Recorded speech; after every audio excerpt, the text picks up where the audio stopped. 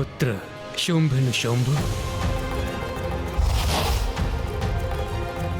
मैं तुम्हारी तपस्या से प्रसन्न हुआ। कहो, क्या वरदान चाहते हो? मुझे ये वरदान दीजिए ब्रह्मदेव कि मेरा अंत मात्र नारी शक्ति से हो। और मुझे ये वरदान दीजिए ब्रह्मदेव कि मेरा वध भी नारी शक्ति से ही हो, और वो नारी जो मेरे ही शरीर से उत्पन्न हो। तथास्तु तथास्तु तथास्तु तथास्तु।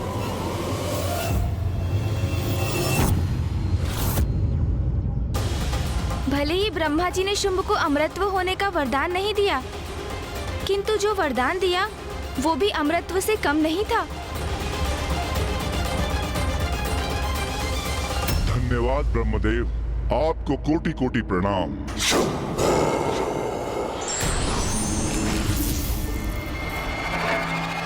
भ्राता शुंभ, ये आपने कैसा विचित्र सा वरदान मांग लिया है ब्रह्मदेव से। भला आपके शरीर के भीतर कोई नारी कैसे रह सकती है? तुम भी नहीं समझे ना भ्राता निशुंभ? तो सुनो, जब कोई नारी मेरे भीतर रह ही नहीं सकती, तो मुझसे बाहर भी नहीं आ सकती। और जब कोई नारी ऐसी होगी ही नहीं, तो क्या निशुंभ, मेरा वध भी असंभव हो जाएगा। अर्थात मैं शुंभ अमर हो जाऊंगा, अमर हो जाऊंगा। देखा निशुंभ, मैंने कितनी चतुराई से ब्रह्मदेव से अपना अमरत्व प्राप्त किया है। उचित है भ्राता शुंभ, मैं तो नहीं समझ सका, किंतु आपका यह आशय ब्रह्मदेव क्यों नहीं समझ सके? वो समझे अथवा नहीं, उन्होंने तो मुझे वरदान दे ही दिया है। अर्थात मैं शुंभ अमर हो गया हूं, अमर हो गया हूं, अमर हो गया हूं, अमर हो गया हूं। तुम सभी को अपने नवीन महानायक शुंभ और उनके भ्राता का पूर्ण परिचय प्राप्त हुआ।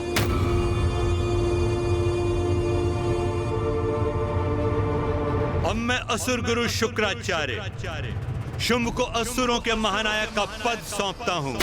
असुर महाराज शुंभ की जय! असुर महाराज शुंभ की जय! असुर महाराज शुंभ की जय! असुर महाराज शुंभ की जय! असुर महाराज शुंभ की जय हो! असुर महाराज शुंभ की जय!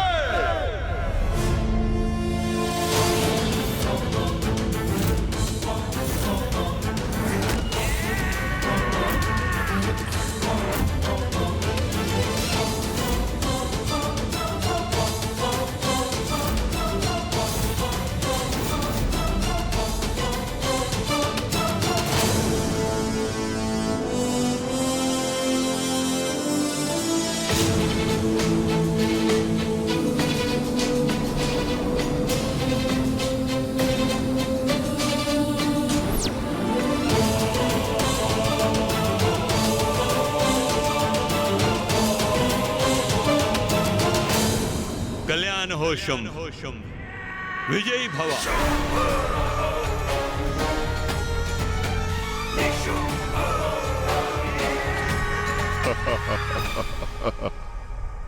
मुझे अपना राजा नहीं, अपना बंधु समझना। मैं यहाँ राजा बनने नहीं, आपका मित्र, सहयोगी बनने आया हूँ। आज से मेरी प्रत्येक श्वास, मेरा प्रत्येक कर्म, मेरे जीवन का एक एक पल मात्र और मात्र असुरों की भलाई और उत्थान के लिए समर्पित होगा। असुर महाराज शुंभ की जय हो! असुर महाराज शुंभ की जय! असुर महाराज शुंभ की जय हो! असुर महाराज शुंभ की। असुर महानायक शुंभ, अब तुम्हें अपने सेनापति का चुनाव करना है।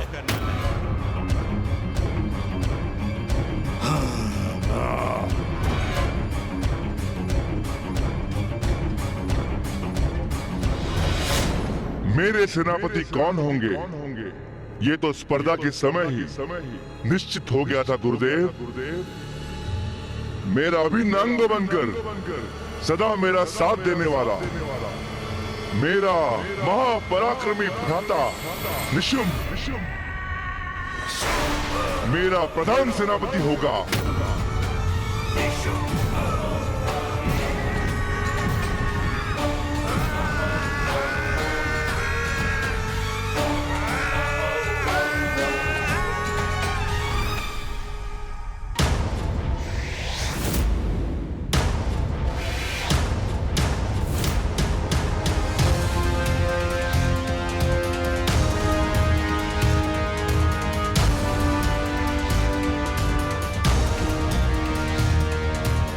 असुर महानायक निर्धारित करने की स्पर्धा में रक्त बीज हमसे पीछे थे, इसलिए वो भी मेरे प्रधान सेनापति होंगे।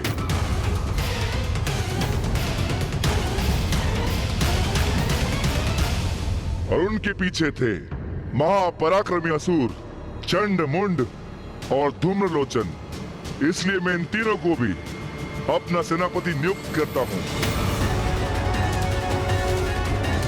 असुर महाराज शुंभ की, असुर महाराज शुंभ की, असुर महाराज शुंभ की, असुर महाराज शुंभ की। अन्य सारे योद्धा मेरे असुर सेना के अंग बनेंगे और हमारा एकमात्र लक्ष्य होगा देवताओं की पराजय और असुरों की विजय, असुर समुदाय का उत्थान। बोलो असुर शक्ति की जय, असुर शक्ति की जय। आज समस्त संसार को भी ज्ञात होना चाहिए कि असुरों को उसका नवीन और समर्थ महानायक प्राप्त हो चुका है, और यह सूचना मैं दूंगा उन्हें।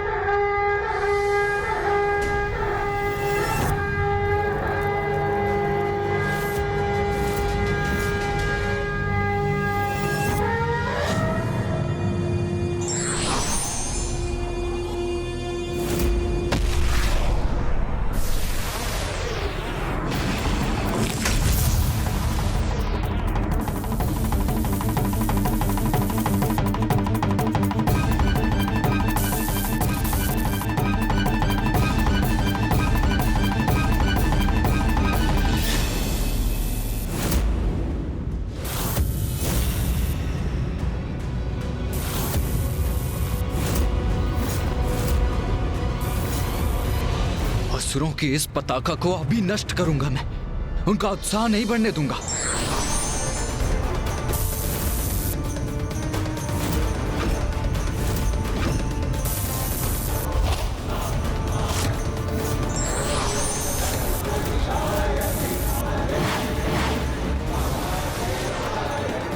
भैया, ये आपने क्या कर दिया? अब तो वहाँ संकट उत्पन्न हो जाएगा।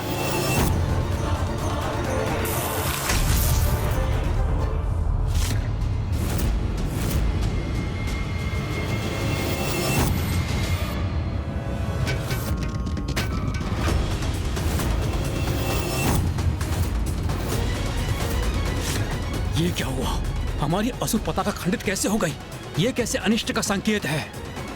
तो कदाचित देवताओं को ज्ञात हो ही गया। उनकी इस उदंडता का भी उचित दंड दूंगा उन्हें। ये उचित नहीं हुआ।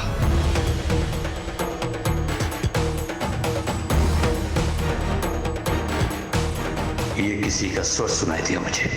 कौन है यहाँ? मुझे आभास हो रहा था कोई दिव्य शक्ति अवश्य उपस्थित थी, जिसे मैं देख पाने में असमर्थ रहा। दिव्य शक्ति? कैसी दिव्य शक्ति गुरुदेव? ये बाण तो अब यहीं बढ़ा आ रहा है। भैया, ये क्रोधवश आपने क्या कर दिया? ये कपटी और छली असुर केवल इसी के अधिकारी हैं।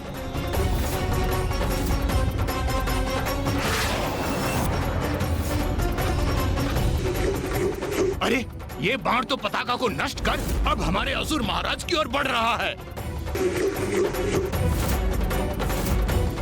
ये तो घोर संकट है।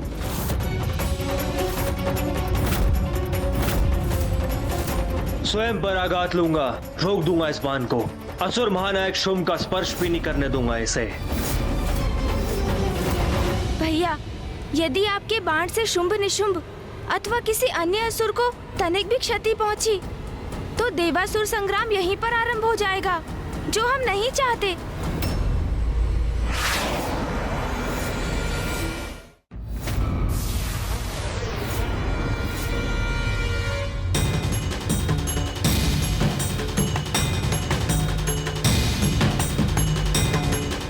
उचित कहता है गणेश।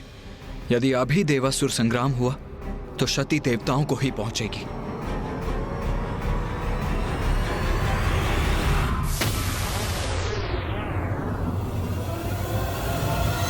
यदि इस बाण का लक्ष्य हम पर ही है तो इसका प्रहार मैं अपने तन पे सहाऊंगा, ताकि मेरी रक्त की बूंदों से अनेक रक्त बीज उत्पन्न होकर असुर सेना की शक्ति बढ़ाएंगे।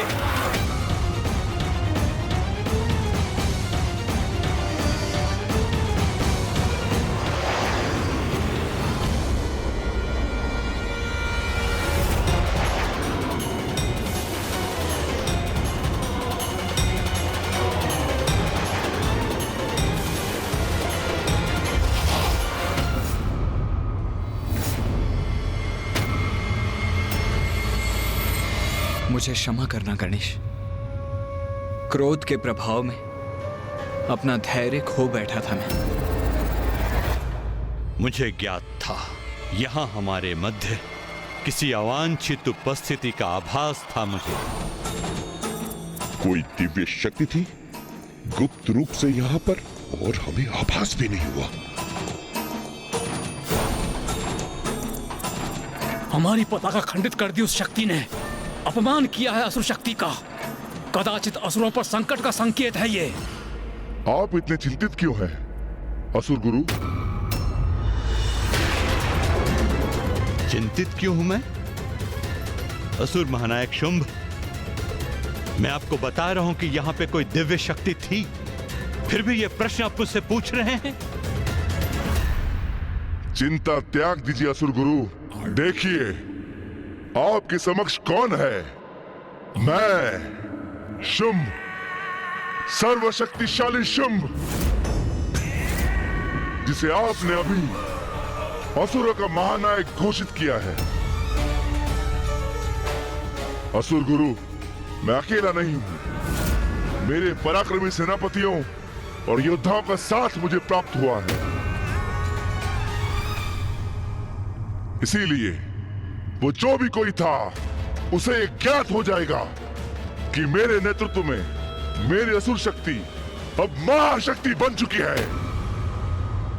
छिपकर हम असुरों पर घात करना, ये देवताओं के ही लक्षण है भ्राता। हमें लगता है ये भी किसी देवता का ही छल है।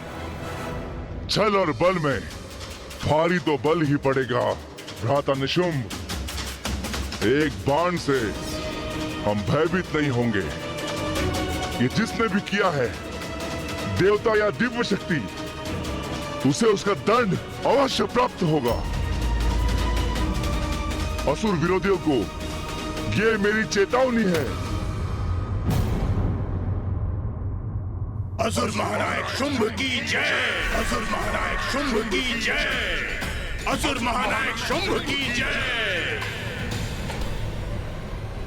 शुंभ का आत्मविश्वास सराहनीय है, किंतु मेरी चिंता तो तभी शांत होगी जब देवासुर संग्राम में देवता पराजित होंगे।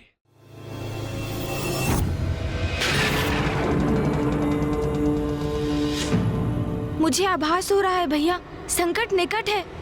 हमें शीघ्र देवराज इंद्र का आवाहन कर उन्हें भी सचेत करना चाहिए। आप सर्वथा उचित कह रहे हैं गणेश जी। देवराज इंद्र और अन्य देवताओं को इस संकट के प्रति सतर्क हो जाना चाहिए था।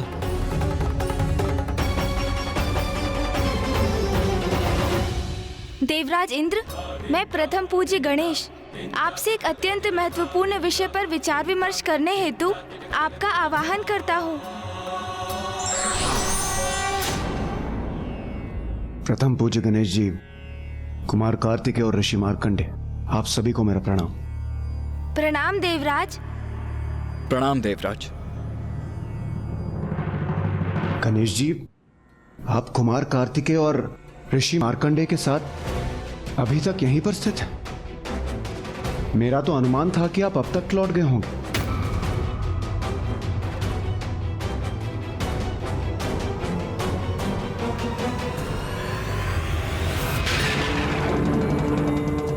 महादेव, और ये महादेव भी अपने मतंग रूप में अभी तक यहीं पर स्थित है। इसके पीछे क्या कारण हो सकता है? देवराज, माता श्री महाकाली ने अपने 10 महाविद्या स्वरूपों को हमारे समक्ष अवश्य उजागर किया, किंतु कुछ प्रश्न अभी भी शेष हैं, जिनमें सबसे बड़ा प्रश्न है कि माता सर्वप्रथम मां मातंगी रूप में क्यों प्रकट हुई? देवराज इंद्र, आप सभी के प्रस्थान के पश्चात माता ने अपनी ज्ञान की शक्ति गणेश को प्रदान की।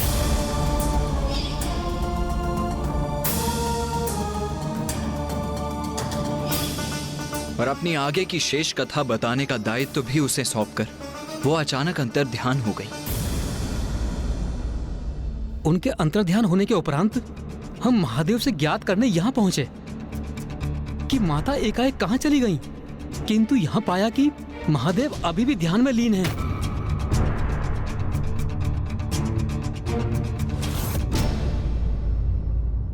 हाँ देवराज, हम इस सब पर विचार विमर्श कर ही रहे थे कि तभी भूकंपन आरंभ हुआ, और जैसे ही हम उसका स्रोत ढूंढने निकले तो इसके परिणाम स्वरूप हमारे समक्ष एक और बड़ा रहस्य उजागर हुआ। रहस्य? हाँ देवराज, देवताओं के विरुद्ध असुर पुनः संगठित हो चुके हैं। अब असुर शक्ति के उदय का समय आ गया है। अब बहुत हुई पराजय, अब जय होगी असुरों की। इस सम्मेलन में एक नहीं अपितु अनेक शक्तिशाली असुरों ने अपनी शक्ति का प्रदर्शन किया।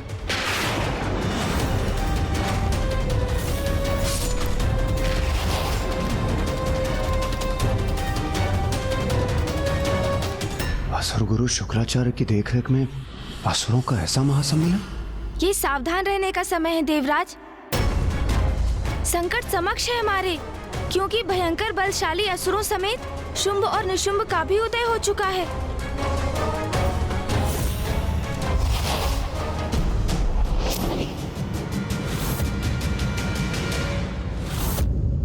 किंतु गणेश जी, कौन है ये शुंभ निशुंभ? नमुची के भ्राता है ये दोनों शुंभ निशुंभ। वही नमुची इंद्रदेव जिसका वध आपने सागर के फेन से किया था।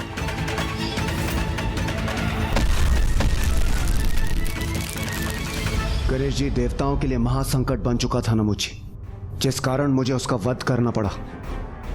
हमारा घोर शत्रु था वो। और अब उसी नमुची के भ्राता देवताओं के लिए और भी घोर शत्रुता का भाव लेकर उसकी मृत्यु का प्रतिशोध लेने प्रस्तुत हुए हैं।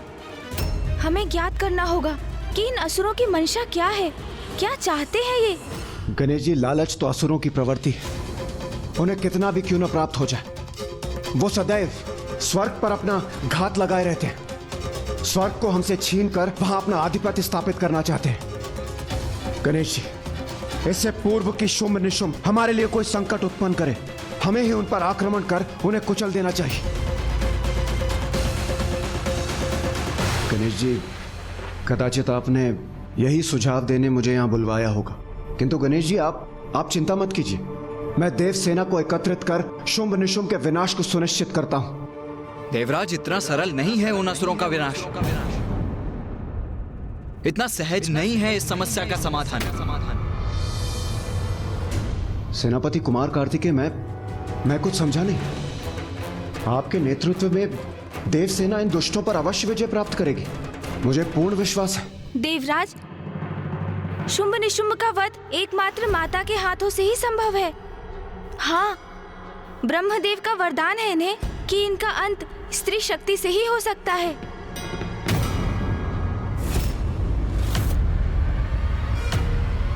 स्त्री शक्ति अर्थात कोई भी देवता इनका वध नहीं कर सकता। और जब तक माता स्वयं अपने प्रत्यक्ष दर्शन नहीं देती और इन असुरों से युद्ध कर उनका अंत नहीं करती, तब तक आपका सावधान रहना अति आवश्यक है।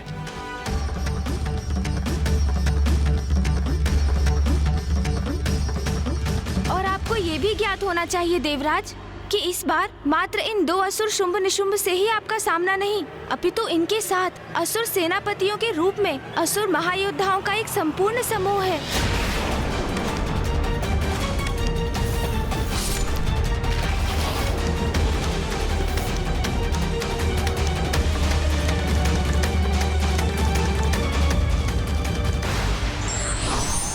संकट आने के पूर्व उसके समाधान पर विचार करना ही बुद्धिमानी है।